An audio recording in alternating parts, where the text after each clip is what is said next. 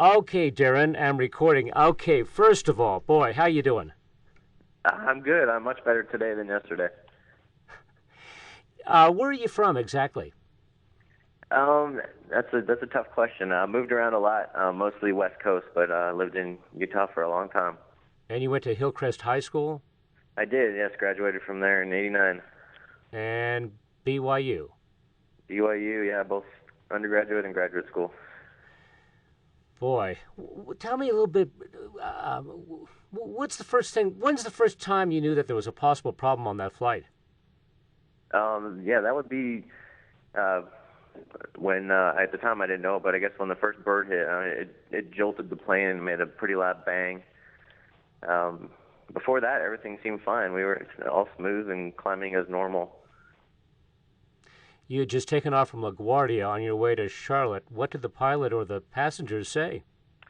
The pilot didn't say anything at all until very near the end. He was understandably busy, I guess. We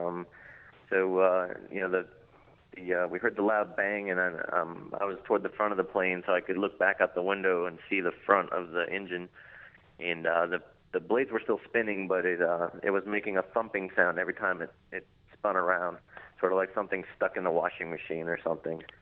And so people were a little nervous, but I think it was more like stunned silence. People weren't panicked or anything. We just all sort of assumed that he was, pilot was going to turn the plane around and go back to LaGuardia. And that seemed to be what he was doing because he took a very controlled, calm, smooth turn, U-turn back toward the airport. And it wasn't until later when we started getting lower and lower and lower over the water, and he finally came on and said, "This is the captain, brace for impact."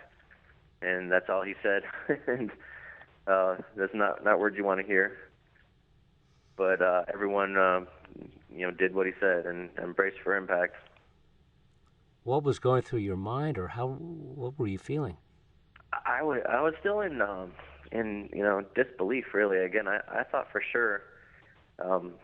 I didn't realize at the time that both engines were out. I thought it was just the engine on my side that had obviously taken a hit of something, and so I figured that we would just kind of limp back to the airport and land, and all would be fine. I had no idea.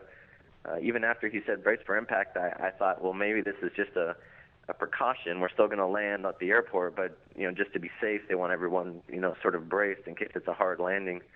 And then I just saw I was at the window seat, so I saw the water coming closer and closer and closer, and realized this was it.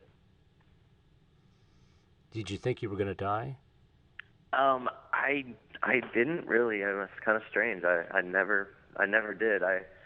When I realized we were going to hit the water, at first it was so quick that you don't really have time to think about it. But for some reason, I just knew.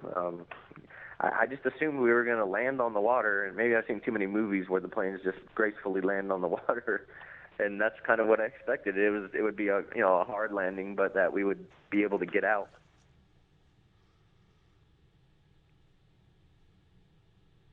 Hmm. How you doing today? I'm doing good today.